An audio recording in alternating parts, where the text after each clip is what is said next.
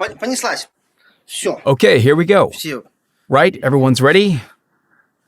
Все. We're on. Yeah. People, can you hear me? 'Cause it's time, yes, it's time to be free.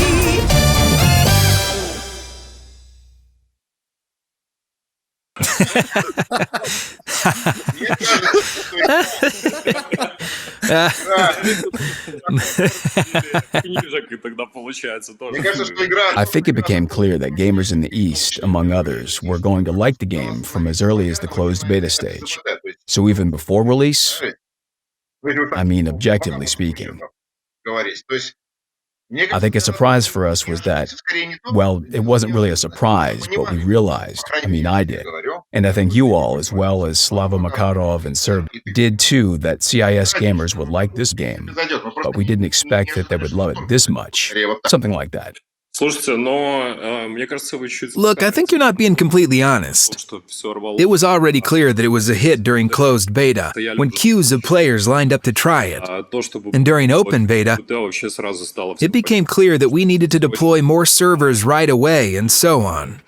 Well, Slava Makarov told me once during a break, we'll reach about 100,000 concurrent players online. Then it's going to stabilize. That was his prediction. And here we are now, and where are those 100,000 players? There was another important moment. Let me remind you that we stayed focused. Sergei Berkatovsky and Slava Makarov came to us from the world of browser MMOs, those in-browser multiplayer games that were popular in Russia. And we had never made such a game at Wargaming. They shared their wisdom and explained that we needed to think and care about our players. It's not that you do something bad to a player on purpose, but you need to care for and think about your audience proactively. And most importantly, deploy an ever-moving conveyor that delivers content constantly and consistently. This means new maps, tanks, soundtracks, modes, graphical updates, improved effects, and so on and so forth. Plus, Europe and America were getting ready for World of Tanks, and I think we had already agreed the Chinese launch. That's why we were extremely happy about this explosive growth on the first morning. The first morning when this curve resembling an ice hockey stick went up. We were looking at those numbers and thought, holy smokes! But we didn't start celebrating right away. No one skipped work the next day. Everyone came in and kept on working. That was a very, very important moment. Technically, we were already working on the first post-release update. And the work was fully underway. I just remember that.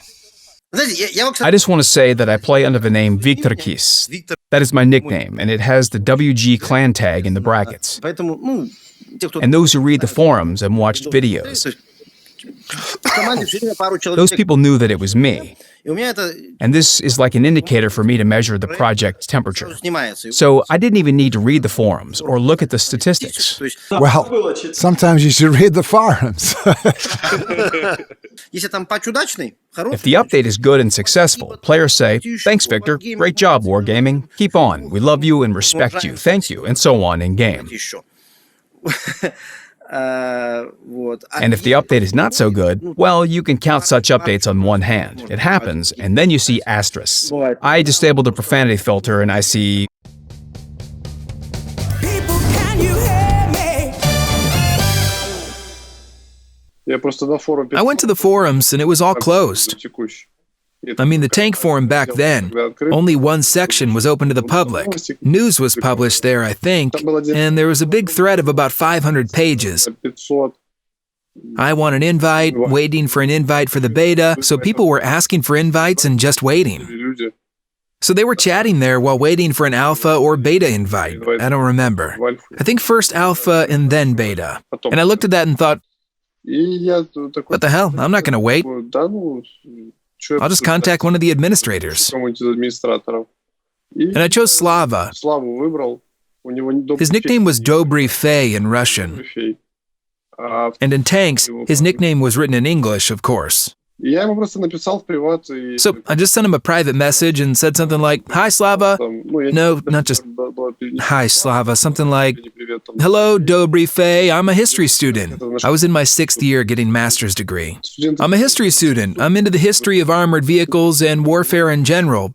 May I get an invite?" And he sent me an invite. And that was that.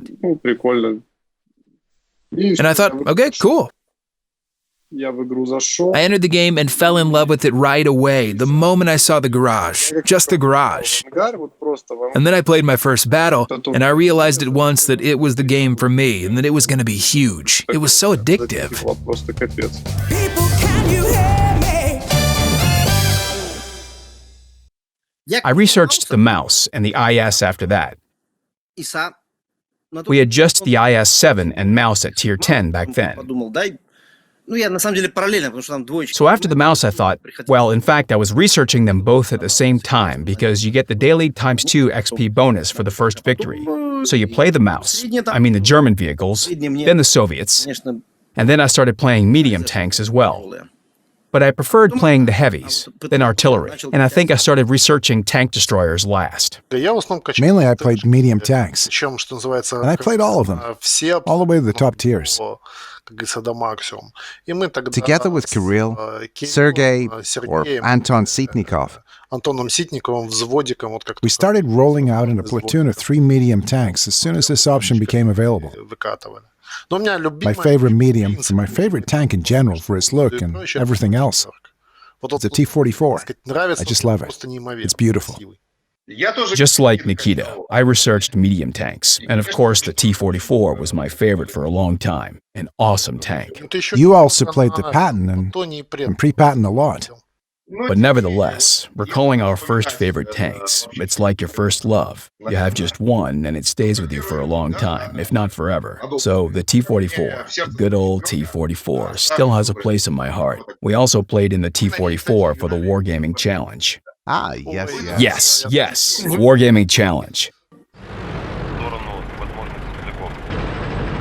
Свет по центру. По центру свет.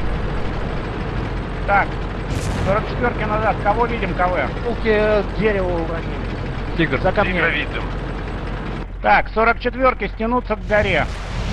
Макаров наверх. Кирилл, как в пятницу в последний раз. КВшка пошла вперед. Кирилл, как в прошлый раз. Макаров по полке.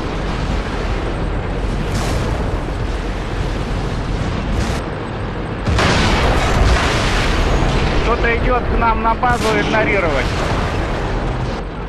Хумель спрятался в углу. Замочить. 26-е, помогите Су-14. Лео на базе. Он не успеет.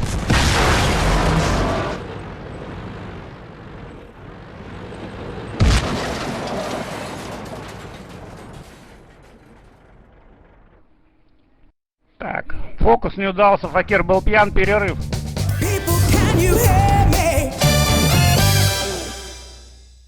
And they completely destroyed us in the third game, right? You can find it. I think there's a video that we did about Wargaming Challenge out there on YouTube. We were all crying there in the end, well, pretending, of course. We also made and printed out a certificate for the players that said, "You got us." Everyone signed that certificate. Well, Victor came up, looked at the certificate and said, "I'm not going to sign that," and walked away.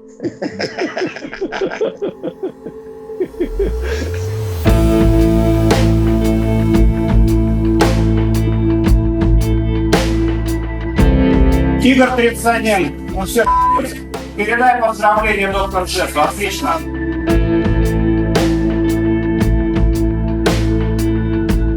Как хотят. Кирилл, что? Взяли меня в команду. Ну, ой. Пойдем в пьянку.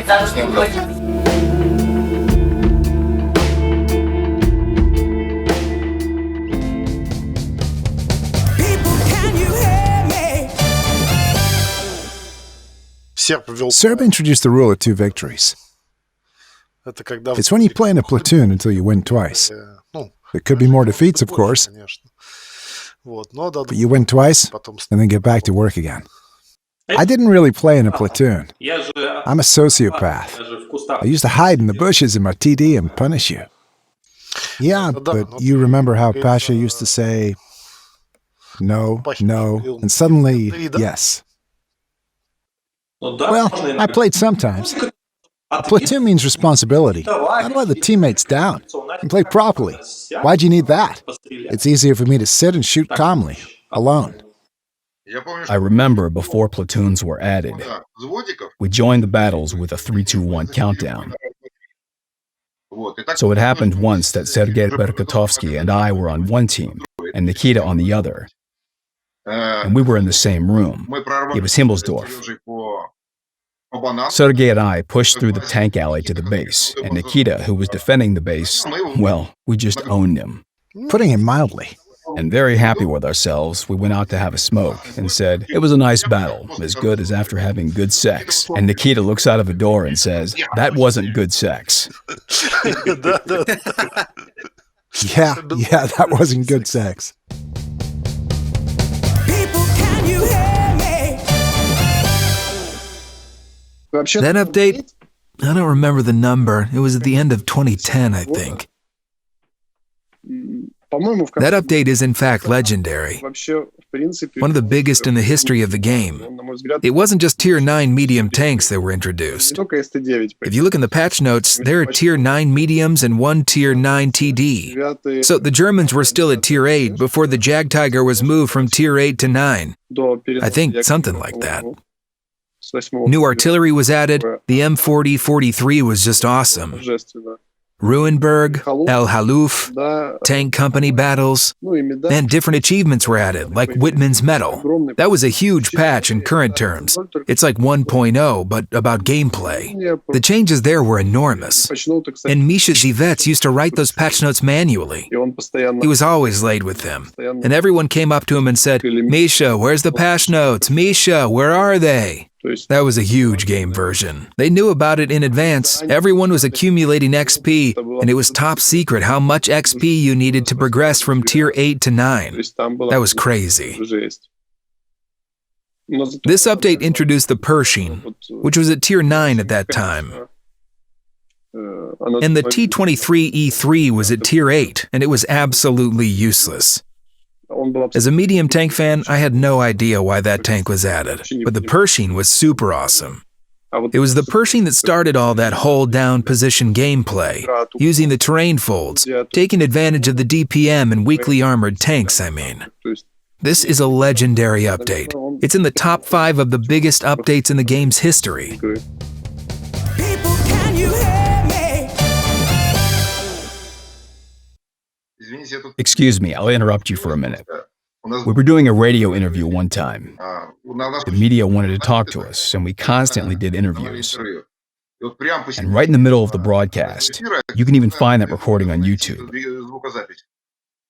We heard, well, it wasn't a shout, it was real roaring in the corridor. Whitman in the mouse! Something like that. And it's getting closer and closer. We're hearing that. And we're doing an interview. The door swings open. Victor rushes in the room. Whitman in the mouse! I'm showing him it's an interview, and he's like, the door shuts, and this Whitman in the mouse roar is heard farther and farther away, fading in the hall. Ой-ой-ой, что там? Паника происходит. Так, это был наш генеральный директор. Генеральный директор тоже человек. Только что заработал, что, прошу прощения? Воина на Маусе. Который заработал Витмана на Маусе. Вот он с дикими воплями вообще пещерного человека примчался к нам в комнату вообще. И всех поставил на уши. Прошу прощения еще раз за него. О, слышите, он орет Витман, Витман, да.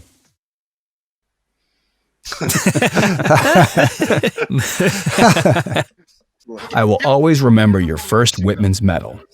That first Whitman. It became a meme. Everyone remembered. Aw, look at him. He's getting emotional.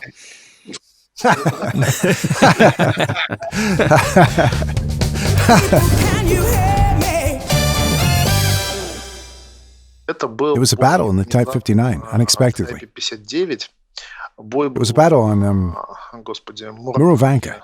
The battle was indeed very intense and interesting. But the thing is that I was running out of shells toward the end of the battle.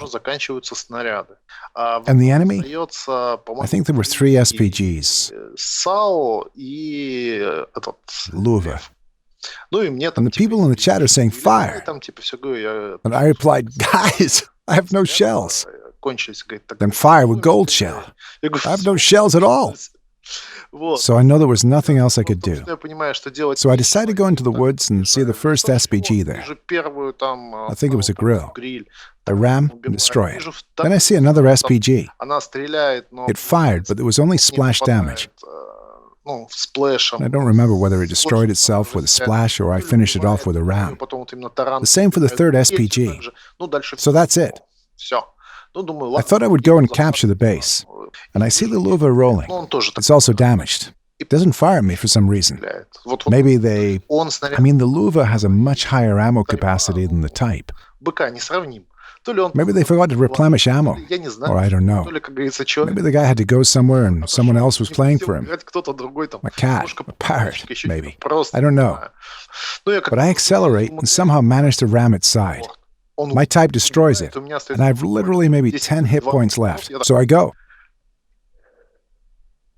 And the guys are going, yeah! And I'm thinking, that was impossible. Why didn't I record it? People, can you hear me? So once we arrived during our tours, press tours and meetings with players, and we had meetings in Germany, the US, everywhere. We also went to Poland. And it was kind of scary. Our small PR group, we booked a place. I think it was an American-style pub. And our hotel was somewhere in the outskirts of Warsaw. So we took the long ride to the meeting place, thinking, will they come or not? We announced on the forums that Wargaming was arriving. 7 o'clock, meet us in that bar. Dear Polish players, please come, and so on. So we're walking, and there's no one there. And it was already dark. It was fall or winter. So we walk, and then we see 3 guys. 3 silhouettes approach us, and we thought, well, this sucks. 6 of us came, and there were 3 of them. 1, 2, 3. And we thought, what kind of meeting is this when there's twice as many developers than players? Hello? Hello, Wargaming? World of Tanks? Are you our players? Yes, we are. And then literally one of them puts 2 fingers in his mouth. I can't whistle like that, and goes... So he whistles, waves his hand like this, and from around the corner, as if to the music of, like Tarantino's Reservoir Dogs. And about 100 guys walk out. Well, okay, maybe 70 or 80. From around the corner. They were looking for us as well. We were going around in circles, and they walked around in circles as well, and they couldn't find us. So we find 3 guys, they whistled, and they all walked out to us, a whole bunch of them. Everyone started hugging, fraternizing. Well, we tore that bar apart. That's it. I remember how these player gatherings went. You think they'll tell you off, but no. You arrive. People are glad to see you in real life. They shake your hand, and then they make sure you're having a good time. There was a lot of communication, maybe even too much, but it was interesting. I think everyone recalled Misha's catchphrase. I won't say it now. About suffering? Yes. Yeah, I used to wear a lot. What could you do? There were difficult situations. You had to react. Our community, thankfully, is decent and reasonable.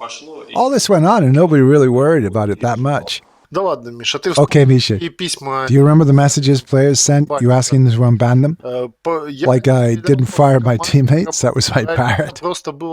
Its cage was open, so the parrot sprang out. Jumped onto the mouse. It clicked several times and destroyed 2 tanks. Talking about parrots, there was a message saying that it sold a player's tanks.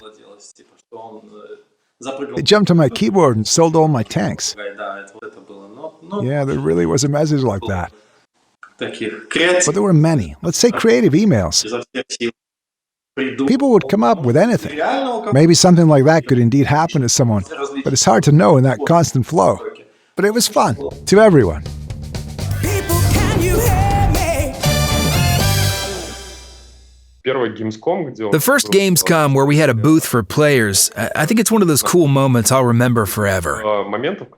You create an awesome booth design, you set up the computers, and understand that players will come and try your product for the first time in Germany.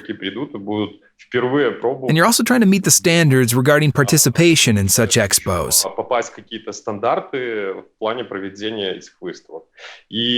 At that time, we clearly understood that beautiful girls were dancing in each booth. So, as head of marketing at the time, my message to the guys in charge of the event was something like, the girls who will be dancing for us should be sexy. They need to have a certain appeal because we have a male audience. A grown-up audience who like to enjoy a beautiful dance.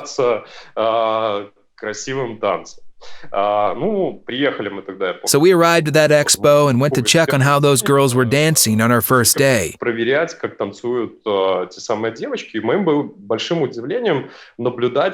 was really surprised looking at how all players were holding their phones and trying to film their dances.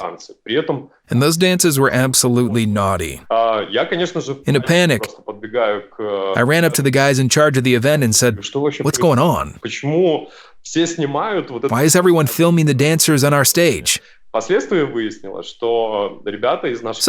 we found out that the guys from our German team didn't completely understand my message about the appeal and invited two popular German adult actresses. That's why everyone who watched those movies in that region tried to film how those girls were trying to dance at the World of Tanks stage.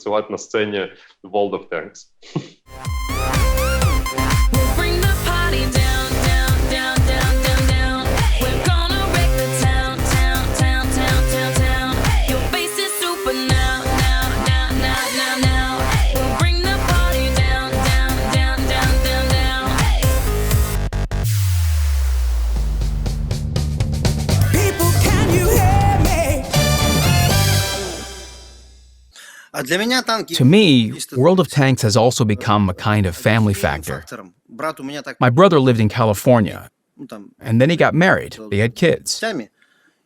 So almost every evening, or every other evening, well, it's evening here and daytime there, we created a platoon.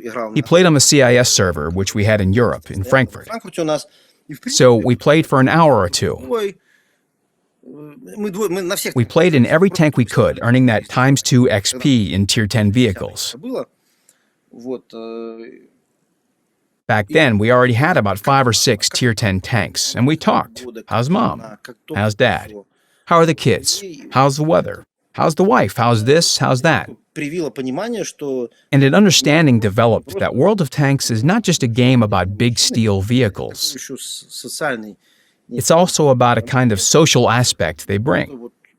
Like I could talk to my brother that way. And this is how our family kept being strong and close. Well, my son, for example, he's a zealous tank player. He's a fan. I mean, he plays much better than his dad now, of course. Yeah, we're not the same anymore. Our reactions are not the same, and so on. So I literally watched him growing up from a newbie to a veteran tanker who plays thoughtfully, with understanding, uses tactical thinking, and so on. I'm really proud of him when I watch him playing World of Tanks.